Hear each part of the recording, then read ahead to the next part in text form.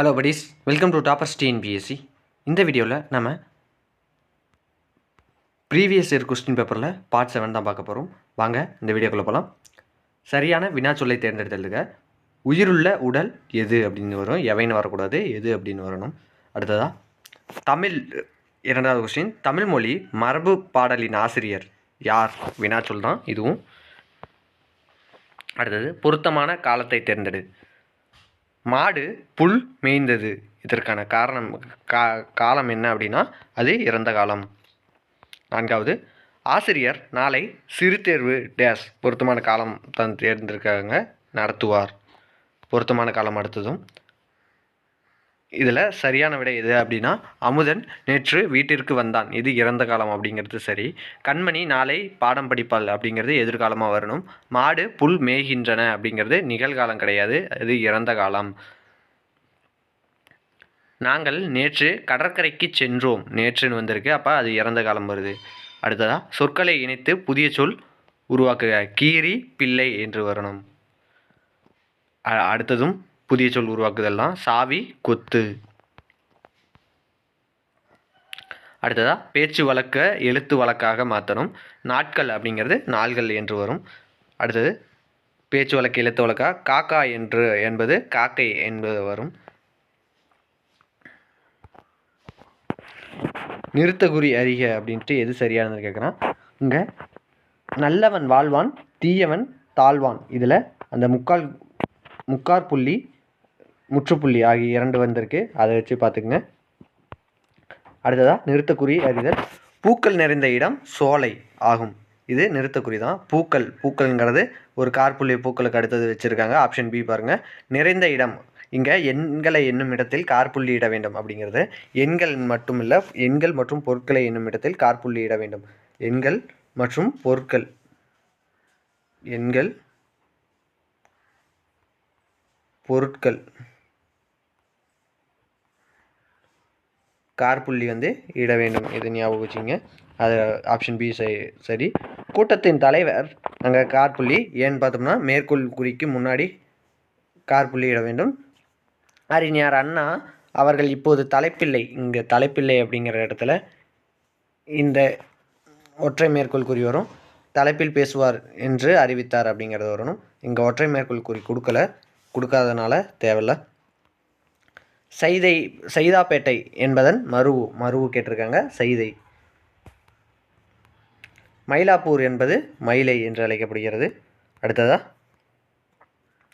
ஊர் பெயர்களின் மருவு. கோவன்புத்தூர் அப்படிங்கிறது கோயம்புத்தூர். இமெயில் என்றால் மின்னஞ்சல், இது தமிழ் சொல்லை தேர்ந்தெடுக்க. பிறமொழி சொல்லுக்கு விஞ்ஞானம் அப்படின்னா அறிவியல். கடைக்கு போவாயா என்று போக மாட்டேன் என்று மறுத்து கூறுவது மழை விடை. போவேன் என்று கூறுவது நேர்விடை.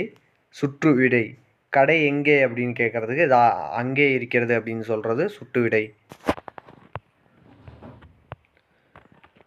விடை வகைகள். நீ விளையாடவில்லையா என்று கூறுவதற்கு கால் வலிக்கிறது அப்படிங்கிறது உற்றது உரைத்தல். இதுவே கால் வலிக்கும் அப்படின்னா அது உருவது கூறல்.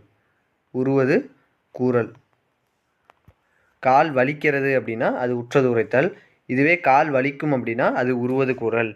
உருவது என்றால் நடக்கப் போவதை சொல்வது, உற்றது என்றால் நடந்ததை சொல்கிறது. இதில் சரியான இணையை தேர்ந்தெடுக்க. ஏவல் விடை. மதுரை எங்குள்ளது என்ற வினாவிற்கு இப்பக்கத்தில் உள்ளது என்று கூறல், இது தவறான விடை. இது சுட்டு விடை. இந்த மறைவிடை அப்படிங்கிறது செய்வாயா அப்படிங்கிறதுக்கு நீயே செய் அப்படின்னு வராது, இது வினா. இதில் கடைக்கு போவாயா என்று போக மாட்டேன் அப்படின்னு கூறுவது மழை விடை. இதை செய்வாயா என்பதற்கு நீயே செய் என்று கூறுவது ஏவல் விடை. அடுத்தது போகலாம். அதாவது இதை 3 மாற்றி இருக்கு. மறைவிடை அப்படின்னா இந்த இது வரணும். சுட்டு விடை அப்படின்னா இது வரணும். ஏவல் விடை அப்படின்னா இதை செய்வாயா என்பதற்கு நீயே செய் அப்படிங்கிறது ஏவல் விடையாக வரணும். அடுத்து சுப்ரீம் கோர்ட் என்பதற்கான கலைச்சொல் உச்ச நீதிமன்றம். சட்டமன்றம் லெஜிஸ்லேட்டிவ் அசம்பிளி அப்படின்னு சொல்லுவாங்க. இதுவே உயர் நீதிமன்றம் ஹைகோர்ட்டு, உள்ளாட்சி மன்றம் பஞ்சாயத்து கோர்ட்னு கூட சொல்லுவாங்க. அடுத்து அலுவல் சார்ந்த சொற்கள். அப்பீல் என்றால் மேல்முறையீடு. அப்பீல் என்றால் மேல்முறையீடு. இதை ஞாபகம் வச்சுங்க. அடுத்தது பில் டைம் என்றால் கால வரையறை உண்டியல். இதுதான் ரொம்ப முக்கியம். பில் டைம் என்றால் இங்கே பாருங்கள், புதுப்பிக்கப்பட்ட உண்டியல், அட்டவணை உண்டியல், முன்படிவ உண்டியல், கால வரையறை உண்டியல்னு கொடுத்துருக்காங்க. டைம் அப்படின்னா நீங்கள் அந்த டைமை வச்சு போட்டுருவீங்க கால வரையறைன்னு. ஆனால் அட்டவணை அப்படிங்கிறது வரமாரி இருக்கும், முன்படிவம் அப்படிங்கிறது வரமாரி இருக்கும். அதனால் இதை கரெக்டாக பார்த்து போடுங்க. பில் டைம் அப்படின்னா கால வரையறை உண்டியல். அடுத்து வேலியே பயிரை மேய்ந்தது போல பொருத்தமான பொருள் தேர்ந்தெடுத்தல்க. இது கடமை தவறுதல். பசுமரத்து ஆணி போல எளிதில் மனதில் பதிதல். அடுத்த கொஸ்டின், உவமையால் விளக்கப்படும் பொருளை தேர்ந்தெடுக்க. கிணற்று தவளை போல என்றால் அறியாமை. அவன் திருந்தினான். அவன் திருந்தினான் என்றால் தன்வினை தொடர். திருத்தினான் என்றால் பிறவினை தொடர். இங்க திருத்தினான் என்றால் பிறவினை தொடர். அடுத்தது போலாம். எவ்வகை வாக்கியம் என கண்டெழுதுக. தேர்வு எழுதி ஆயிற்றுன்னு வந்திருக்கு. அப்போ இது செய்யப்பாட்டு வினை தொடர். போரில் வெற்றி பெற்ற மன்னனை புகழ்ந்து பாடுவது பாடான் திணை. போரில் வெற்றி பெற்ற மன்னனை புகழ்ந்து பாடுவது பாடான் திணை. இங்கே வினாவை தேர்ந்தெடுக்கன்னு கொடுத்துருக்காங்க. அப்போ பாடான் திணை என்றால் என்ன, பாடான் திணை என்றால் என்ன என்று வரணும். அடுத்தது விடைக்கேற்ற வினாவை தேர்ந்தெடுக்க. எளிதில் பொருள் விளங்கும் வகையில் அமைந்த சொற்கள் இயற்சொற்கள் எனப்படும். எளிதில் பொருள் விளங்கும் வகையில் அமைந்த சொற்கள் இயற்சொற்கள் எனப்படும். இங்கே விடைக்கேற்ற வினா தான் கேட்டிருக்காங்க. அப்போ இயற்சொற்கள் என்றால் என்ன.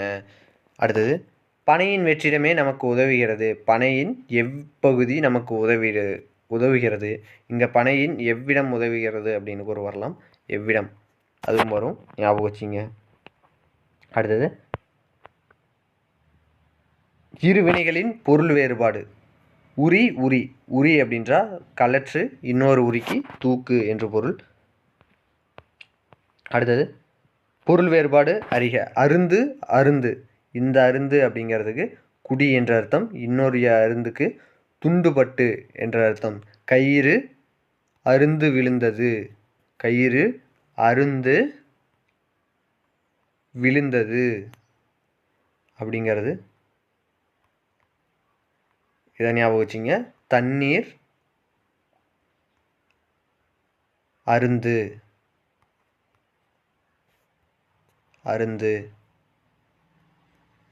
அதை ஞாபகம் வச்சிங்க. அடுத்து போகலாம்.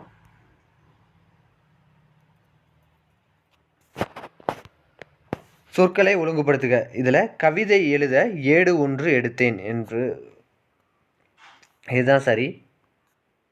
இது ஒரு பாட்டு இருக்குது. கவிதை எழுத ஏடு ஒன்று எடுத்தேன், என்னை வரை என்று சொன்னது வான் அப்படின்னு சொல்லிட்டு ஒரு பாட்டு இருக்குது. அது ஞாபகம் வச்சிங்க. இது செயல் பகுதியில் இருக்கும். அடுத்து சொற்களை ஒழுங்குபடுத்தி சொற்றொடராக்குதல். சரியான சொற்றொடரை தெரிவு செய். பண்பெனப்படுவது சான்றோர் காட்டிய வழியில் நடத்தல் என்றது தான் சரி. பண்பெனப்படுவது பாடறிந்து ஒழுகல் அப்படிங்கிற இந்த கலித்தொகை பாட்டில் இருந்து கொடுத்துருக்காங்க. இதை ஞாபகம் வச்சிங்க. அப்போ நீங்கள் என்ன படிக்கணும், செய்யில நீங்கள் படிச்சிருக்கணும். செய்யுள் படித்தாதான் இதை கரெக்டாக போட்டிருக்கோம். இல்லைனாலும் கரெக்டாக போடலாம். ஆனால் செய்யுள் படித்தா உங்களுக்கு தெரிஞ்சிடும், ஓ இப்படி தான் கேட்டிருக்காங்க அப்படின்னு. அதனால தான் செய்யுள் படிக்கணும் அப்படிங்கிறது. செய்யுள் ப்ளஸ் அதோடைய பொருள். சொற்களை ஒழுங்குபடுத்தி சொற்றொடராக்குதல். இதில் வளைந்த கோடுகளால் அமைந்த எழுத்து வட்டெழுத்து. வளைந்த கோடுகளால் அமைந்த எழுத்து வற்றெழுத்து அப்படிம்பாங்க. இதுவே கடைச்சங்க காலத்தில் எழுதப்பட்ட எழுத்து கண்ணெழுத்து அப்படின்னு சொல்லுவாங்க. கடைச்சங்க காலத்தில் எழுதப்பட்ட எழுத்து கண்ணெழுத்து என்று சொல்வார்கள். அடுத்து அகர வரிசைப்படி சொற்களை சீர்திருத்தல். தேனி, ஓணான், வௌவால், கிளி, ஆசிரியர். இதில் முதல்ல ஆசிரியர் வரும், ஏன்னா அதுதான் முதல்ல இருக்குது. முதல்ல உயிரெழுத்து, இரண்டாவது உயிர்மெய் எழுத்து வரணும். முதல்ல உயிர் எழுத்து, இரண்டாவது உயிர்மெய் எழுத்து வரணும். அப்போ இங்கே ஆசிரியர், ஓணான் இது உயிரெழுத்து, கிளி, தேனி, வௌவால். இந்த உயிர்மெய் எழுத்தில் நீங்கள் காங்காச்சா இந்த மெய்யெழுத்து, அதாவது இங்கிச்சு இதை வரிசையாக 18 எழுத்துக்கள் தெரிஞ்சால் இதை சரியான விடையில் எப்படி போட்டாலும் 2 மார்க் கிடைச்சிடும். அது மதில், தென்றல், தெய்வம், அங்காடி, கடல். இதில் முதல்ல அங்காடி வரணும். எல்லாத்துலேயும் அங்காடி இருக்கா. இரண்டாவது என்ன வரணும் அப்படிங்கிறது தெரியணும். கடல் முதல்ல இருக்குது, கடல் வரணும். அடுத்தது மதில், தெய்வம், தென்றல் அப்படிங்கிறது வரணும். அடுத்தது கல் என்னும் வேர் சொல்லின் பெயரச்ச சொல். ஞாபகம் வச்சுங்க, பெயரச்ச சொல் கேட்டிருக்காங்க. கற்ற என்று, கற்றுங்கிறது வினையச்சம். கற்றான் அப்படிங்கிறது வினை முற்று.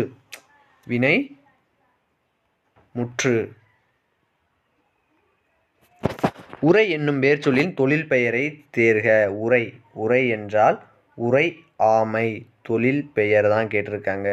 உரை யாமை என்று பொருள். அடுத்தது தொழில் பெயரை சுட்டுக. மது நாட்டுக்கும் வீட்டுக்கு உயிருக்கு கேடு. இத்தொடரில் அமைந்த தொழில் பெயர் என்ன அப்படின்னு பார்த்தோம்னா, இதில் கேடு என்பதுதான் தொழில் பெயர். கிளைந்த வேர்ச்சொல்லறிக. கிளர்ந்த வேர்ச்சொல்லறிக. கிளர்ந்தங்கிறதுக்கு வேர்ச்சொல்னா ஒன்று கட்டளையாக வரும் அல்லது ஏவலாக வரும். ஏவல், இதுக்கு கிளர் என்பது தான் சரியான விடை. உரைத்த வேர்ச்சொல்லறிக. உரைத்த என்றால் உரை. அடுத்தது 44. பின்வருவனவற்றுள் வினா சொல்லை கண்டறிந்து அதன் வேர்ச்சொல்லை எழுதுக. வலம்புரி பொறித்த மாதாங்கு தடக்கை. இதற்கான வினா சொல்லை கண்டறிந்து வேர்ச்சொல்லை எழுதுக. இதில் பொறித்த என்பது வினைச்சொல். இந்த வினைச்சொல்ல வேர்ச்சொல் கண்டுபிடிச்சோம்னா பொறித்த என்பதற்கு பொறி என்று பொருள். அடுத்து ஒரு பொருள் தரும் பல சொற்கள். மொழி என்பதற்கு பதம், மொழி, கிளவி அப்படின்னு பெயர் இருக்கு. பதம், மொழி, கிளவி, இது சொல் அப்படிங்கிறது வரணும், ஞாபகம் வச்சுங்க. அடுத்து ஒரு பொருள் தரும் பல சொற்கள். வடு, முசு, கவ்வை, கச்சல் முதலான சொற்கள் எதனை குறிக்கும்? இதற்கு பிஞ்சு வகை குறிக்கும். அடுத்தது ஒரு பொருள் தரும் பல சொற்கள். சூம்பல், சிவியல், சொண்டு, அலியல் இதெல்லாம் கெட்டு போன காய்கறி வகைகளை குறிக்கும். 48 பாருங்க. ஒளி மற்றும் பொருள் வேறுபாடு அறிதல். மன டேஸ் தீர்வாகாது. மன உளைச்சல் தீர்வாகாது. எந்த உளைச்சல் வரணும் அப்படின்னு பார்த்துக்குங்க. இங்கே 3 உளைச்சல் கொடுத்துருக்காங்க, துளைச்சலும் கொடுத்துருக்காங்க. மன உளைச்சல் தீர்வாகாது என்பது சரியான விடை. அடுத்து களி, 3 களிக்கும் ஒளி வேறுபாடு அறிந்து பொறுத்து. இந்த களிக்கு ஒளி என்றும், இந்த களிக்கு மகிழ்ச்சி என்றும், இந்த களிக்கு கோல் என்றும் பெயர். இந்த வீடியோவோட கடைசி கொஸ்டின், செக் இணையான தமிழ் சொல் என்ன அப்படின்னு பார்த்தோம்னா, செக் என்றால் காசோலை. வரைவோலைக்கு டிமாண்ட் டிராஃப்ட் அப்படின்னு பேர். டிராஃப்ட். கடன் அட்டைக்கு கிரெடிட் கார்டு. அதுவே ஏடிஎம் கார்டுக்கு, அதாவது பற்று அட்டை அப்படின்னு பெயர். டெபிட் கார்டு அப்படின்னா பற்று அட்டை. ஞாபகம் வச்சுங்க. இதோட இந்த வீடியோ முடியுது. இந்த வீடியோ பிடிச்சிருந்தா லைக் பண்ணுங்கள், ஷேர் பண்ணுங்கள், சப்ஸ்கிரைப் பண்ணுங்கள். நன்றி.